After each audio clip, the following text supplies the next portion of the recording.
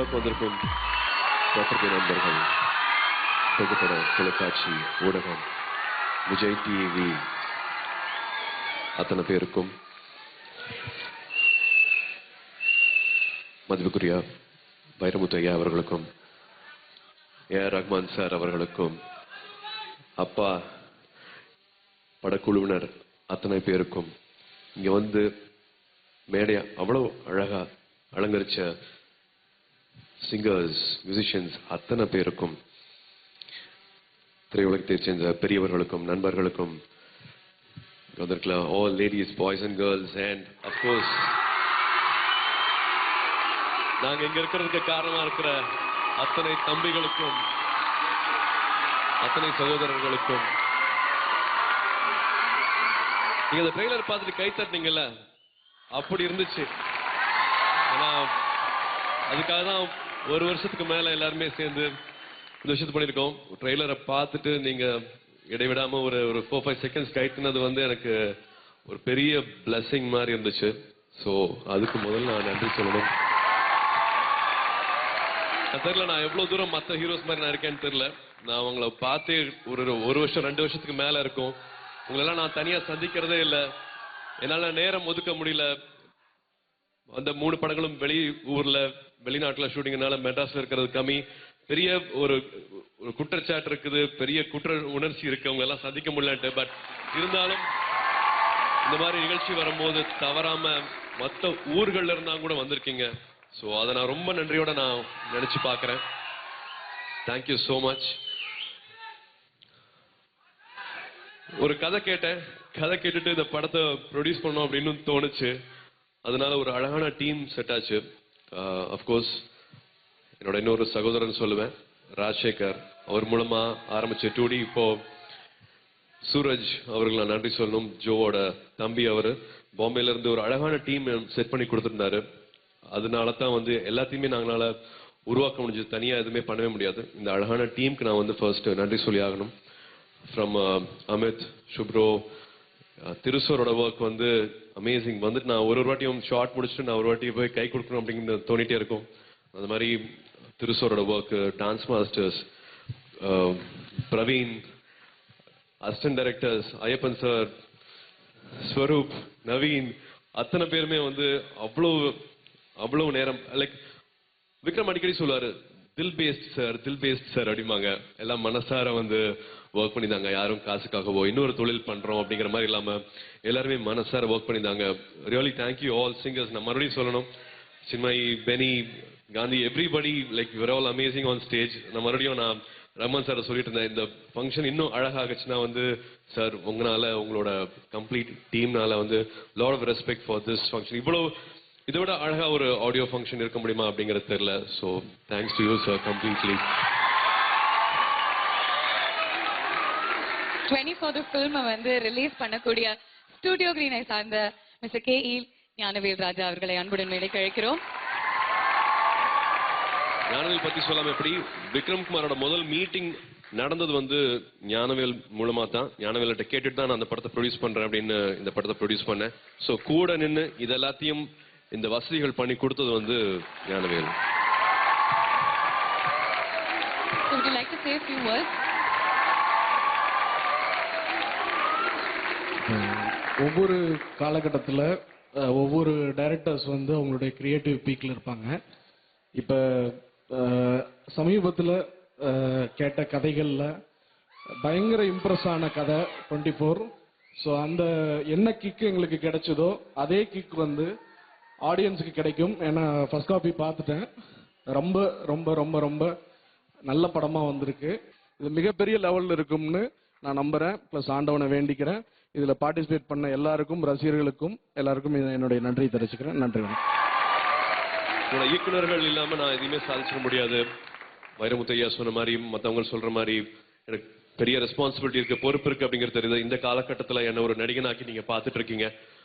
சரியான படம் பண்ணா மட்டும் அதை ஜெயிக்க வைங்க. தப்பான படம் நான் பண்ணாலும் தப்பான படம் இருந்தா ஜெயிக்க வைக்காதீங்க, ஓட வைக்காதீங்க. அப்பதான் நான் இன்னும் நல்ல படம் கொடுக்க முடியும், இன்னும் பெட்டரான கதையை தேடி ஓட முடியும், இன்னும் நல்ல படம் இன்னும் உயர முடியும், சரியான படம் கொடுக்க முடியும். தயவு செஞ்சு நல்ல படம் பண்ணா மட்டும் அதை ஜெயிக்க வைங்க. பரவாயில்ல,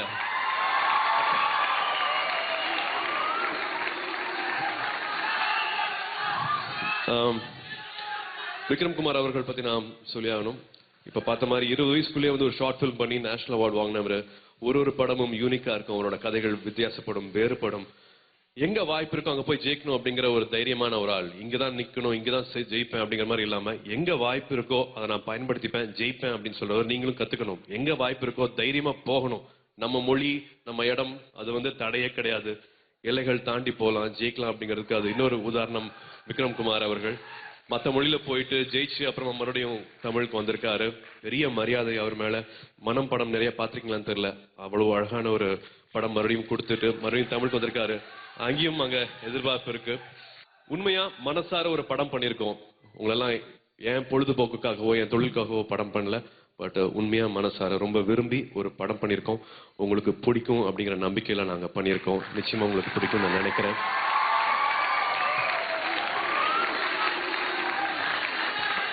ரஹ்மான் சார் பத்தி சொல்லணும்.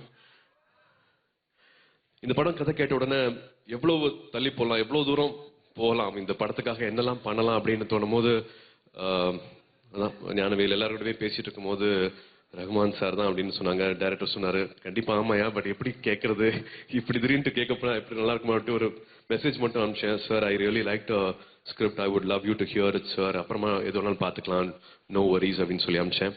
யா ஷோர் அப்படின்ட்டு ஒரு ஐ திங்க் ஒரு 2 டேஸ்லயே வந்து டைம் கொடுத்தாரு. போய் பார்த்தாங்க. பார்க்கும்போது வந்து ஒரு ½ அன் ஹவர் ஓகே அப்படின்னாங்க. டைரக்டர் வந்து தலையாடிட்டார். எனக்கு 4.5 மணி நேரம் கதை சொன்னாரு.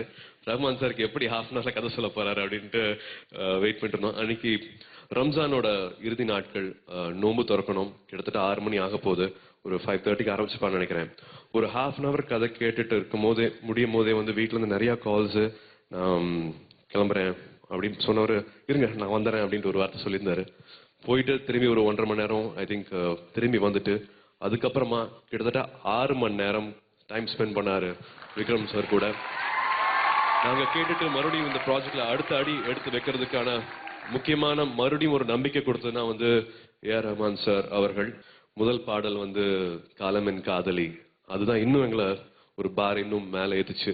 நீ கதை பண்ணிட்ட விக்ரம், இது என்ன மியூசிக் இப்படி இருக்கு, இதுக்கு எப்படி நம்ம விஷுவல்ஸ் பண்ண போறோம், வாட் செட், வாட் கோரியோகிராஃபி, எங்க போக போறோம் அப்படின்ட்டு என்ஜாய் அப்படின்னு ஒரு ஸ்மைலி போட்டு ஒரு விங்க் அடிச்சு ஒரு மெசேஜ் அடிச்சிருந்தாரு, ஆல் த பெஸ்ட் அப்படின்ட்டு. So it was challenge. எல்லாருமே சேர்ந்து நிறைய விஷயங்கள் வந்து இந்த படத்துக்காக கொடுத்துருக்காங்க. ஒரு சின்ன கதை மட்டும் சொல்லணும்னு ஆசையா இருக்கு ரஹ்மான் சாருக்காக. எல்லாருக்குமே வாழ்க்கையில் அப்படிதான். ஒரு சின்ன குழந்தை ஒரு கடைக்குள்ள போகுது, ஒரு மிட்டாய் கடைக்குள்ள போகுது. நிறைய கண்ணாடி ஜார்கள், நிறைய வந்து கேண்டீஸ், சாக்லேட்ஸ் எல்லாம் அதுல வச்சிருக்கு. அம்மாவும் லேட்டா ஒரு 2 மினிட்ஸ் கழிச்சு பின்னாடி வராங்க. பார்த்துட்டே வந்து செவுத்து பக்கமா நின்றுட்டு இருக்குது. சாக்லேட் போய் எடுக்க மாட்டேங்குது. அம்மா போய் எடு அப்படிங்கிறாங்க, குழந்தை எடுக்க மாட்டேங்குது. கடைக்காரரும் வந்து கூப்பிட்டு எடு அப்படிங்கிறாங்க. இல்லம்மா பரவாயில்ல வேணாம், நீ ஏதாவது வாங்கினா எனக்கு வேண்டாம். இல்லம்மா கடைக்காரர் வந்து பாட்டில திறந்து இல்ல கை விட்டு எடுத்துக்கப்பா அப்படிங்கிறாரு. இல்ல அந்த குழந்தை எடுக்க மாட்டேங்குது.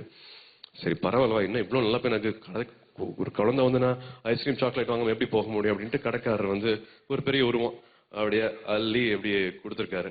கொடுத்தோன்னே அது ஒண்ணுமே தெரியாத மாதிரி அந்த பாப்பா அப்படியே சட்டையெல்லாம் ஓபன் பண்ணி சாக்லேட் எல்லாம் வாங்கிட்டு வெளில வந்துருச்சு.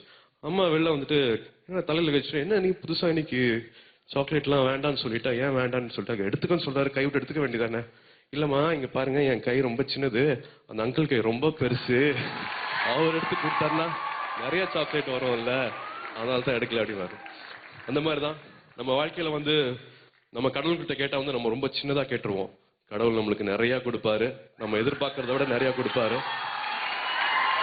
அவர் கொடுக்கறது நம்ம வந்து அளவெல்லாம் பண்ண முடியாது, நம்ம எதிர்பார்க்கறத விட நிறைய வரும். அந்த மாதிரிதான் ரஹ்மான் சார்கிட்ட மியூசிக்லாம் போய் கேட்க முடியாது, நம்ம கேட்கறத விட நிறைய வரும். அந்த மாதிரிதான் இந்த படத்துக்கு வந்து அவரோட contribution is amazing. Rahman sir கிட்ட போய் உட்காரும் போது, ரோஜா படம் இப்பதான் ரிலீஸ் ஆச்சுன்னா எப்படி இருப்பாங்களோ இல்ல அதுவே எப்படின்னு தெரியல, பட் அவ்வளவு அமைதியாகவும் சிம்பிளாகவும் இருப்பாரு. எப்பவுமே நம்மள வந்து ஒரு சின்னதா ஒரு தூசியா நினைக்க வைக்கவே மாட்டாரு. சரிசமமா நம்மளுக்கு வந்து இடம் கொடுப்பாரு, மரியாதை கொடுப்பாரு. அது ஒரு பெரிய விஷயம். Lot of learning from you sir.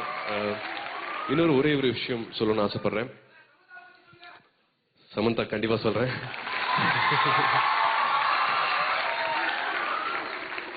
எல்லா ஹீரோயின்ஸ் அப்படிதான். வெரி மற்ற லாங்குவேஜ் பண்ணும்போது, மற்ற டேரக்டர்ஸ் கூட பண்ணும்போது வந்து நிறைய நாலேஜோட வருவாங்க. நம்ம ஷூட்டிங் ஸ்பாட்டே அப்படிதான், வெறும் பசங்க தான், வெறும் ஆம்பளைங்க தான் இருப்பாங்க. ஒரு பொண்ணு வரும்போது தான் வந்து அவங்களோட பெஸ்ட் பிஹேவியர் இருக்கும். ஸோ சமந்தா வரும்போது வந்து எல்லாருமே நீ இவ்வளவு ஒழுங்காடா அப்படிங்கிற மாதிரி வந்து எல்லாருமே மாறிடுவாங்க. Of course they will add lot of nice energy to the film. மனம் கூட ஏற்கனவே ஒர்க் பண்ணிக்கிறதுனால வந்து விக்ரம் குமார் அவரோட சேர்ந்து வரும்போது இன்னும் அழகா தெரிவாங்க இந்த படத்துல, இன்னும் பெட்டரா பண்ணி மற்ற படத்தை விட இதுல இன்னும் அதிகமாவே நல்லா இருப்பாங்க. நித்யா மேனன் அவர்கள் பத்தி சொல்லணும், அவ்வளோ ரெஸ்பெக்ட் அவங்க இந்த படத்துல இருக்கிறது வந்து ஜோவும் சொல்லியிருக்காங்க, குட் யூ ஹேவிங் ஹர் இந்த ஃபில்ம் அப்படின்னு சொன்னாங்க. ஒரு 20 வருஷம் வாழ்ந்திருக்காங்க ஒரு தம்பதி, ஒரு 20 வருஷம் ஒருத்தர் தெரியும் அப்படிங்கறத ஒன்று சொல்லிட்டு ஃபர்ஸ்ட் ஷாட் வச்சா அவங்க அந்த மாதிரி இருப்பாங்க. அது எப்படி பண்றாங்கன்னு தெரியல. முதல் ஷாட்லயே வந்து they know each other for 20 years அப்படிங்கிறது வந்து அதை எப்படி ரீக்ரியேட் பண்றாங்கன்னு தெரியல. ஒரு ஷாட்டுக்கு முன்னாடி வந்து ஒரு ஒரு 20 செகண்ட்ஸ் அப்படியே கண்ண மூடிட்டு உட்காந்துட்டு இருப்பாங்க. அப்புறம் பார்த்தா அந்த கேரக்டராகவே வருவாங்க. நாங்க மேக்கப் போட்டு இந்த மாதிரி தாடி ஒட்டி முடிய வச்சு கோட்லாம் போட்டு வேற கேரக்டரா வருவோம். பட் அவங்க அப்படி வந்தாலே வேற ஒரு கேரக்டரா தெரிவாங்க. Lot of respect for Nithya's work. Art director Sameesan சாரோட அசிஸ்டன்ஸ் அமித் அவர்கள் ஒரு 80% ஒர்க் வந்து செட்ல தான். பட் அந்த செட் என்னைக்குமே ஒரு ½ அன் அவர் கூட நாங்க வெயிட் பண்ணது கிடையாது. அத்தனை செட் ஒர்க்கும் வந்து அவ்வளவு அழகா பண்ணி கொடுத்தாங்க. நான் அமித்துக்கும் சுப்ரோக்கும் நான் தேங்க் பண்ணணும். டபுள் ஆக்ஷன் பண்ணவே வேண்டாம்னு நினைச்சேன், இதுல ட்ரிபிள் ஆக்ஷன் பண்ண வச்சுட்டாரு. நான் அந்த படத்தை பத்தி நிறைய பேச வேண்டாம்னு பாக்குறேன். பட் இவங்கள பத்தி பேசும்போது படத்தை பத்தி பேச வேண்டியதா இருக்கு, அவங்களோட வேலையை பத்தி பேச வேண்டியதா இருக்கு. படத்தை பாருங்க, பார்த்துட்டு பிளஸ் பண்ணுங்க. கடைசியா உங்களுக்காக மட்டும் ஒரே ஒரு விஷயம் சொல்லணும்னு ஆசைப்படுறேன். இது வந்து மறுபடியும் அப்துல் கலாம் அவர்கள் சொன்ன வார்த்தைகள் தான் எனக்கு ஞாபகம் வருது. நீங்க எங்களோட வளர்ச்சி மேல வந்து அவ்வளவு அக்கறை எடுத்துட்டு இருக்கீங்க. இன்னைக்கு வரணும்னு அவசியமே இல்லை. 8 மணில இருந்து காலையில இருந்து எங்க படம் நல்லா ஓடணும், இந்த படம் நல்லா இருக்கணுங்கிறதுக்காக வந்து இவ்வளவு தூரம் டைம் ஸ்பெண்ட் பண்ணிட்டு நாங்க ஜெயிக்கணுங்கிறதுக்காக வந்து நீங்க நின்றுட்டு இருக்கீங்க. அப்துல் கலாம் அவர்கள் சொன்னது இதேதான். Thank you, I love you, really love you all. நான் திரும்பி என்ன கொடுக்க முடியும் அப்படிங்கறதெல்லாம் தெரியல எனக்கு. எல்லாருக்குமே ஒரு வீக்னஸ் இருக்கு, எல்லார் மனசுக்குள்ளேயும் எல்லாருக்குமே வந்து ஒரு வீக்னஸ் இருக்கு. பட் எல்லாருக்குமே ஒரே நேரம் இருக்கு. we all have the same time and we will get an opportunity to prove ourselves.